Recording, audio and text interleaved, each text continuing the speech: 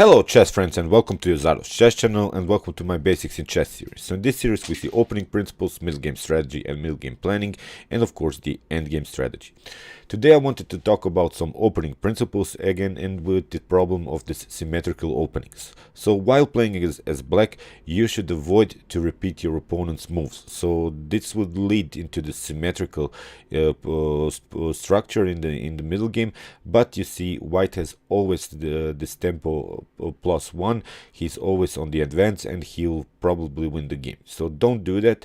And the first instructive game that I wanted to show you to explain this principle more is a game played by Traxler against Jan Šamanek. So let's see what are these problems. So here we have e4 by Traxler, Šamanek e5, knight on f3, knight on f6. So you see Šamanek is keeping it really symmetrical here.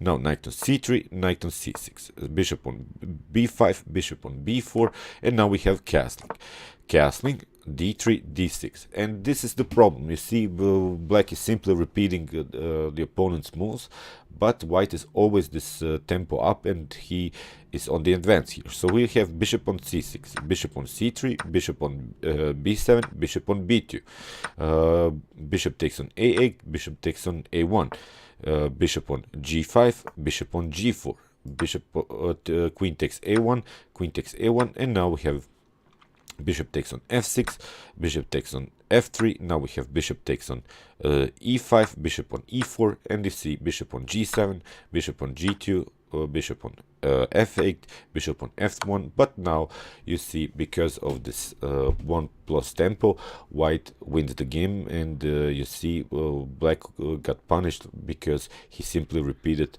the opponent's moves. So the other day I met a friend we haven't met in a while, and he's also a chess player, but he is really a beginner, and he tried to do also the same thing against me, and he lost the game very fast. So he said to me, okay, I'm gonna just repeat your moves and I cannot lose the game. So this is really a problem. You shouldn't do that in an opening, and I've seen it quite often while playing maybe against beginners. So you should really avoid this types of play. So let's see now another example. It's more complex, but now we have e4 here. It was a game played by Kasper against Heckert.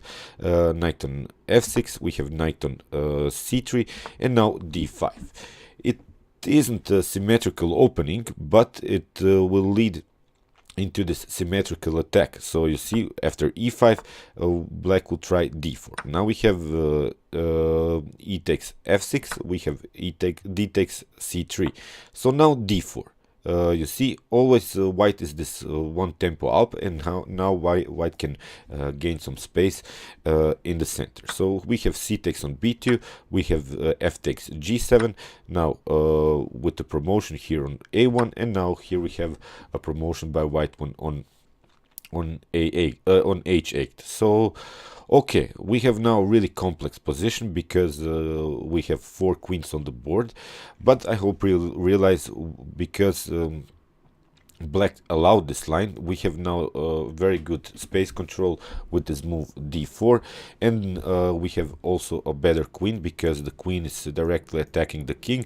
This queen is attacking the queen. So you see, because black tried to go into the symmetrical line, he got punished for doing this. So here queen takes on a2. Now we have knight on f3, simply developing, bishop on f5, and now we have knight on e5, attacking this f7's pawn here, and now queen on a5, bishop on d2, we have queen on d5, and now bishop on c4. You see, white is always faster on the development, so that's why I recommend you to keep the game somehow unsymmetrical and try to play maybe into a more aggressive style, because this line doesn't bring so much. You see, for black here, his queens are simply under attack. They are not so active like white's, and now queen on e4 was played. Of course, bishop on e3. Now we have e6 preventing this f7 here, and now castling here. Queen on h4, bishop on d3 attacking the queen, queen on d5, we have bishop takes on f5, e takes f5, and now rook on e1. This is now this discovered attack on the king, and I hope you realize again white is simply faster.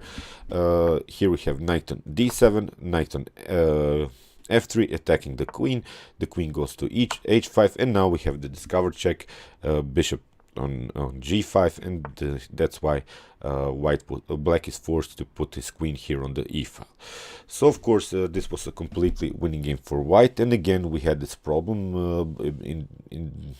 because black went into this symmetrical pawn trade in the opening, and white managed to gain some space meanwhile, because white is simply one tempo up. So here I wanted to show you this English Open in the symmetrical line, which can also be a problem. So for those who maybe are not so good in positional play, you should also avoid it, because you see there you have no simple and clear ideas how to proceed while playing as black. So let's see now the symmetrical line of the English opening. We have knight on f3, knight on f6, we have g3, g6, c4, bishop on g7, bishop on g2, castling, and now c5. Again we have this sort of symmetrical setup here, but white is always this 1+ tempo up, and now knight on c3, knight on c6, and that's why you see white can break here in the center immediately with the move d4.